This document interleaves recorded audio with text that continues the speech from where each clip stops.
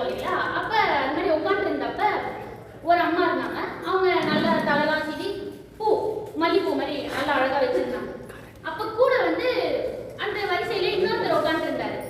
அவர் அவங்கள பார்த்து என்ன கேட்டாருன்னா, மேடம் இந்த மாதிரி நீங்க கொஞ்சம் மல்லிப்பூ வச்சிருக்கீங்களா, அந்த பூவை மட்டும் கொஞ்சம் எடுத்துடுறீங்களா? சார் பூ வச்சுக்கிறது எனக்கு அப்புறம் காமன் கேஸ் கொஞ்சம் நம்ம கேட்போம் இல்லையா, ஏன் நான் எடுக்கணும் என்ன ஏன் எடுத்து இல்லை மேடம் எனக்கு வந்து கொஞ்சம் பிரச்சனை இருக்கு, இந்த மாதிரி ரொம்ப ஃப்ராக்ரன்ஸா அதாவது ரொம்ப மனமுள்ள பூ அப்படின்னாலே எனக்கு எப்படி இருக்கும்னா நான் வந்து அந்த சுவாசிக்கும் போது எனக்கு ஒரு மயக்கமோ இல்லை ஏதாவது பிசிக்கலா வந்து எனக்கு முடியாம போயிடும் அப்படின்ற ஒரு விஷயம். அப்ப அந்த அம்மா சிரிச்சிட்டே அந்த ஆளுகிட்ட ஒரு விஷயம் சொன்னாரு. என்ன சொன்னாங்கன்னா, ஐயா நான் வச்சிருக்கிறது பிளாஸ்டிக், நான் வச்சிருக்கிறது பிளாஸ்டிக் பூ. அப்ப பிளாஸ்டிக் பூல வாசனை வரும்னு எனக்கு தெரியல.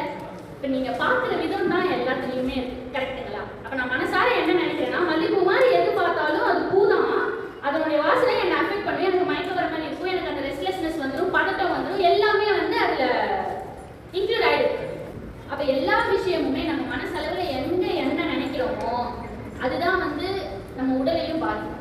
மனது அடுத்து உடல், அதாவது மைண்ட் அண்ட் பாடின்னு பார்த்தீங்கன்னா ரெண்டும் வந்து தனித்தனி கிடையாது, ரெண்டுமே இன்டர்டிபெண்டன்ட், ஒன்னோட ஒன்று நம்பி இருக்கிறது. எப்படி நம்ம ஹஸ்பண்ட் அண்ட் ஒய்ஃப் மாதிரி ஆஃபீஸ் போவோம், ஹஸ்பண்ட் என்ன சொல்லுவாங்க, அப்பா சாமி எப்படா 9 மணி ஆகும் ஆஃபீஸ் வரலாம்னு இருக்குடா, காலையில் கிளம்பி வரதுக்குள்ள முடியல. அடுத்து ஒய்ஃப் சொல்லுவாங்க, இவங்க